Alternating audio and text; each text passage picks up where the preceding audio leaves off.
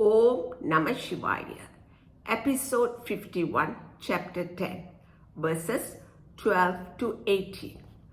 Arjuna reveals his understanding of the knowledge of Brahman. Verses 12 and 13. Arjuna, having been taught by Sri Krishna from chapter 2, has a certain understanding of the knowledge of Brahman, which he speaks about now. First, he addresses Sri Krishna as O revered one, Bhagwan, telling him that he is the limitless Brahman, Param Brahma, the light of all lights, Param Dhamma. Light here means the light of consciousness. Ishvara is the pure consciousness, the most exalted abode, reaching which there is no further end possible or necessary. Second, the knowledge of Brahman is most purifying, Paramam Pavitra. It completely purifies us, the jivas, who are limited human beings, subject to birth and death, to totally liberate us to be eternal being, Purusham Sasvata. This Purusha, which is enclosed in our body, mind, senses, is indeed that limitless Purusha that is pervading the entire universe, not bound by time. Ishvara is Purusha, celestial, Divya, was there before the creation of this universe, is the source of all the gods, Adi Deva, unborn, Aja, all-pervasive, Vibhu. Third, this knowledge was spoken of by all the sages, including Narada, the sage among the gods, Asita, Devala, and Vyasa. Ahustvam Rishaya Sarve, Devasi Narada Tata, Asito Devalo Vyasa. Fourth, Arjuna tells Sri Krishna, indeed, Sri Krishna, you are teaching me this knowledge. Swayam cha eva bhavisi me. Verse 14, Arjuna continues. First he said, O Keshava, all that you have taught me, I consider to be the absolute truth. Sarvam etat ritam manye yanmam vadasi Keshava. Here Arjuna uses the word ritam to mean the absolute truth instead of the word satyam. Because whatever Sri Krishna teaches is the absolute truth.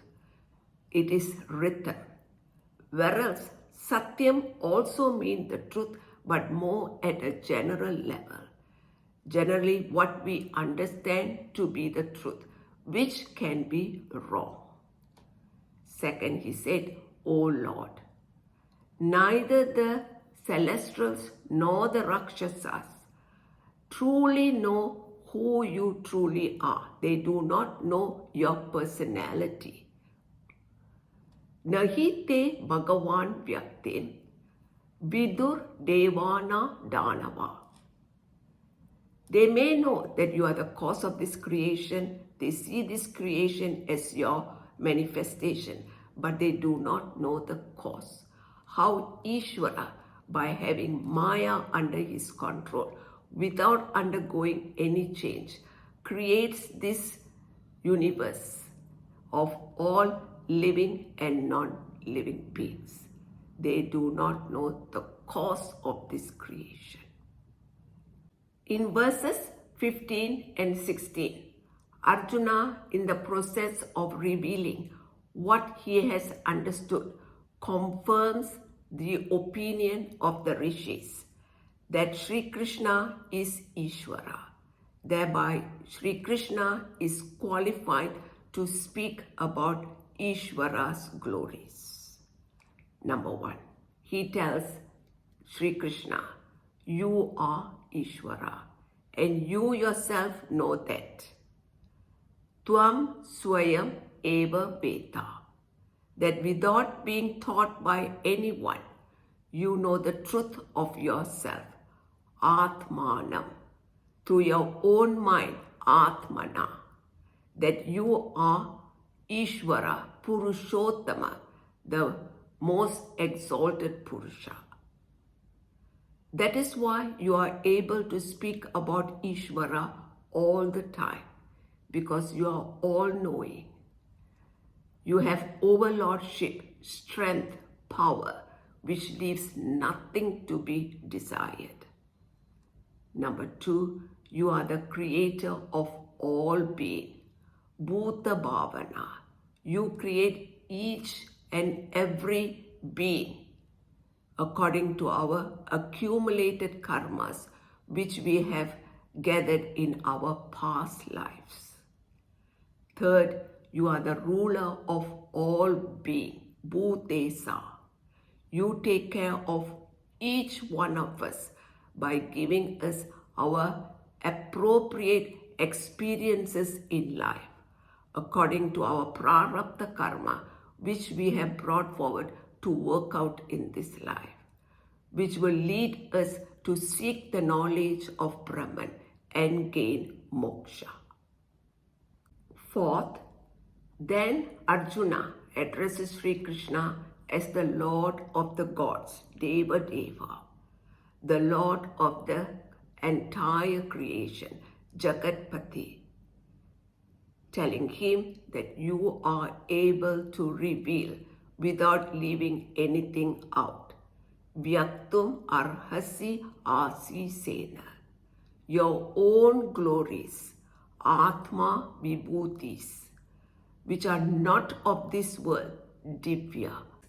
All the glories by which, Yabir vibhuti bir, you remain pervading all the worlds. Imam lokan tuam vyapya tishtasi.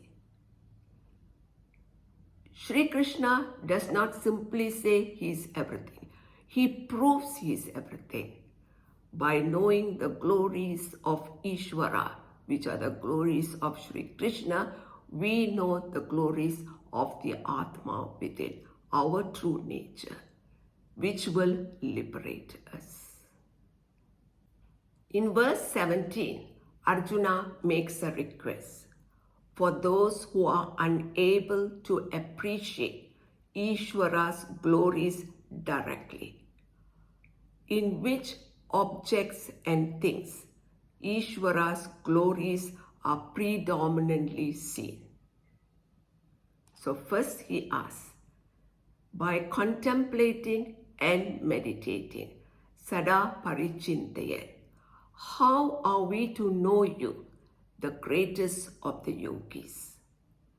Katam vidyam aham yogim stvam, as everything around us are objects and people.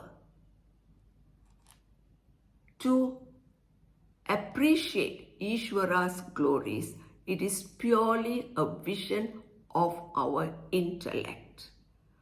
With our eye of wisdom, jnana chakshur, we must contemplate upon Ishvara.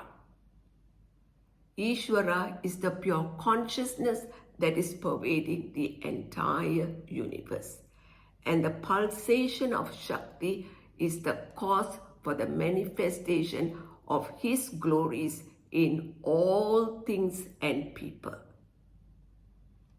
Further, Arjuna asks, in what objects can we meditate upon you by me, O Bhagavan? Keshu keshu cha bhaveshu chintya asi Bhagavan maya.